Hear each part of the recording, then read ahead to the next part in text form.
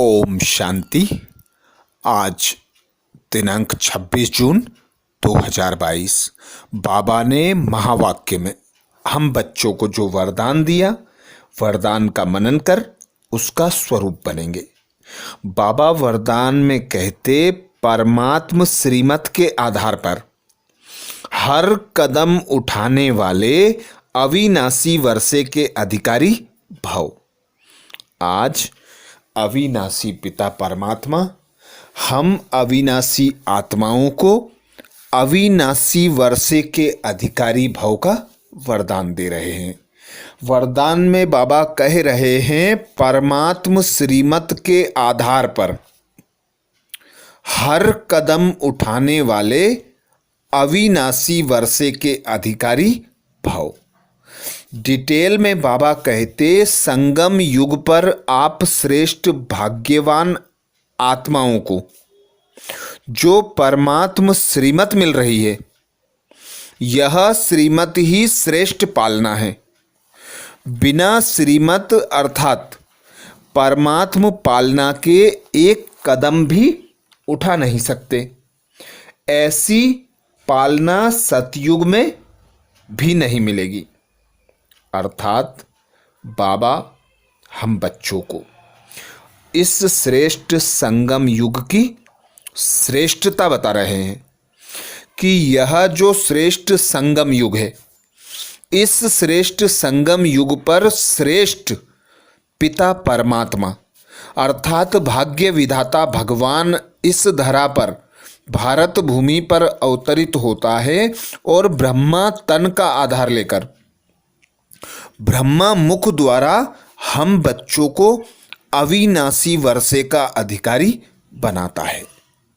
तो अविनाशी वर्षा हम प्राप्त करके सतयुग के लिए पुरुषार्थ करते हैं, नर से नारायण बनने का।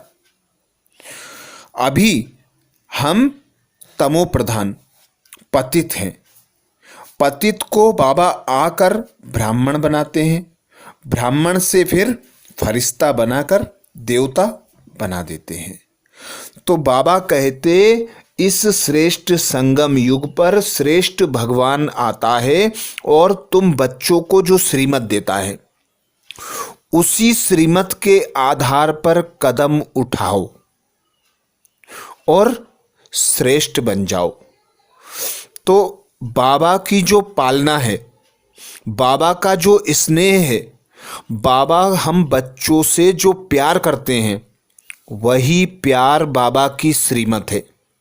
क्योंकि श्रीमत ऐसी मर्यादा है जो हम बच्चों को रावण के चंगुल से बचाती है, माया रूपी 5 विकारों से मुक्त करती है, दुख अशांति रोग चिंता भय परेशानियों से मुक्त करने के लिए बाबा हमें श्रीमत देते हैं। अर्थात ऐसा अविनाशी सर्जन जो हम बच्चों को अविनाशी हेल्थी वेल्थी हैप्पीनेस प्रदान करते हैं।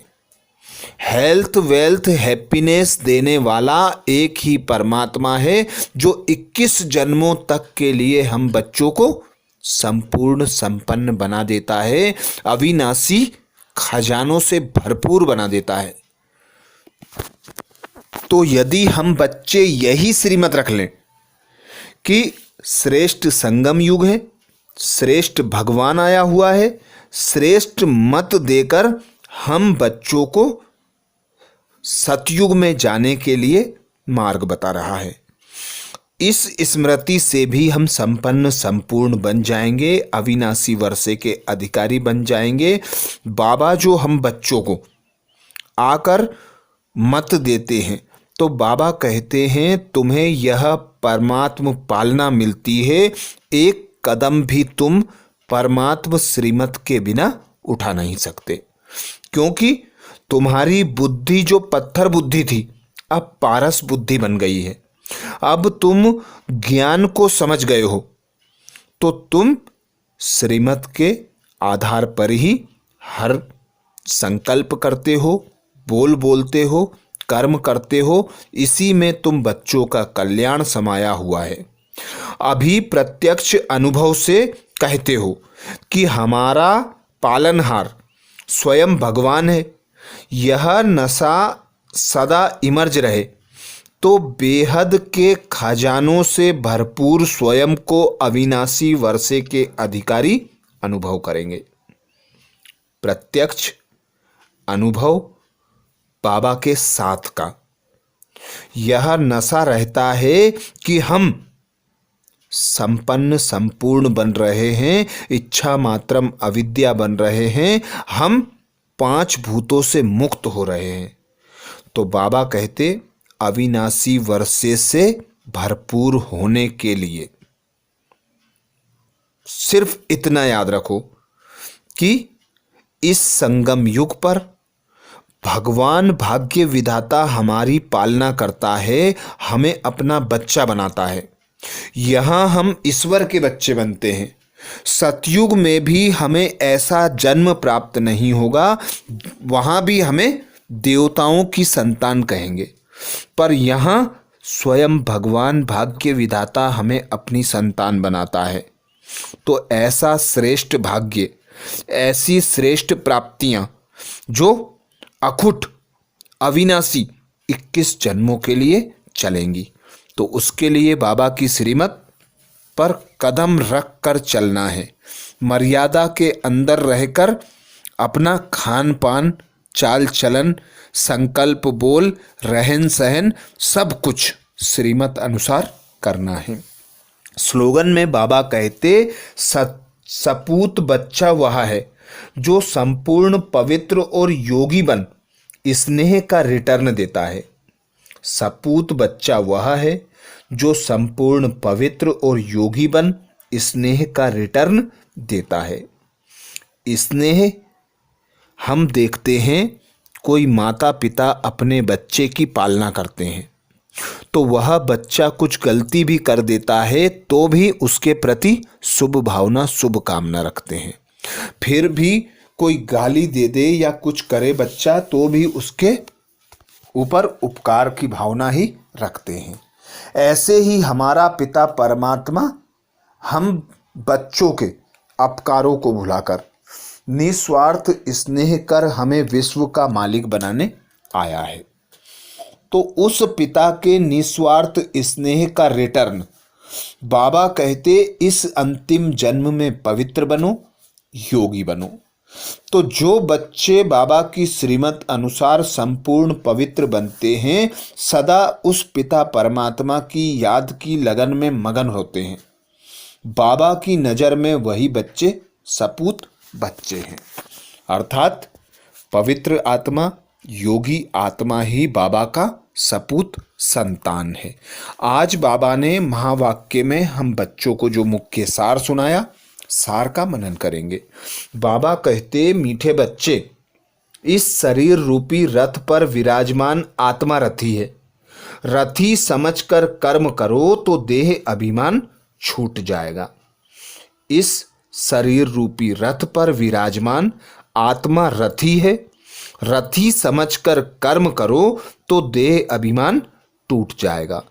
अर्थात स्वराज्य अधिकारी बनकर कर्मेंद्रियों द्वारा कर्म कराना, खुद को राजा समझ अपनी कर्मचारियों से कर्म लेना, यही बाबा कहते देह अभिमान से मुक्त होने का आधार है। प्रश्न किया बाबा ने, बाप के बात करने का ढंग मनुष्यों के ढंग से बिल्कुल ही निराला है। कैसे? बाप के बात करने का ढंग मनुष्यों के ढंग से बिल्कुल ही निराला है। कैसे? उत्तर में बाबा कहते बाप इस रथ पर रथी होकर बात करते हैं और आत्माओं से ही बात करते हैं, शरीरों को नहीं देखते। मनुष्य ना तो स्वयं को आत्मा समझते और ना आत्मा से ही बात करते। तुम बच्चों को अब यह अभ्यास करना है, किसी भी आकारी व साकारी चित्र को देखते भी नहीं देखना है।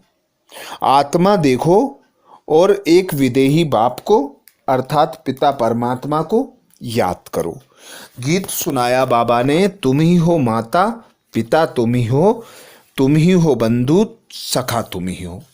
धारणा के लिए मुख्य सार में बाबा कहते, पहली पॉइंट, सतो प्रधान संन्यास करना है। इस पुरानी दुनिया में रहते इससे ममत्व मिटा देना है। देह सहित जो भी पुरानी चीजें हैं उनको भूल जाना है। सतो प्रधान संन्यास करना है। इस पुरानी दुनिया में रहते इससे ममत्व मिटा देना है। देह सहित जो भी पुरानी चीजें हैं उनको भूल जाना है। दूसरा पॉइंट बाबा कहते, अपना बुद्धि योग ऊपर लटकाना है। किसी भी चित्र व देहधारी को याद नहीं करना है, एक बाप का ही सिमरन करना है। अपना बुद्धि योग जो अब तक नीचे देह भान में लटका हुआ था उसे अब ऊपर अपने घर और अपने पिता पर लटकाना है। किसी भी चित्र व देहधारी को याद नहीं करना है, एक बाप का ही सिमरन करना है। तो ये थे बाबा के महावाक्य। अच्छा, ओम शांति।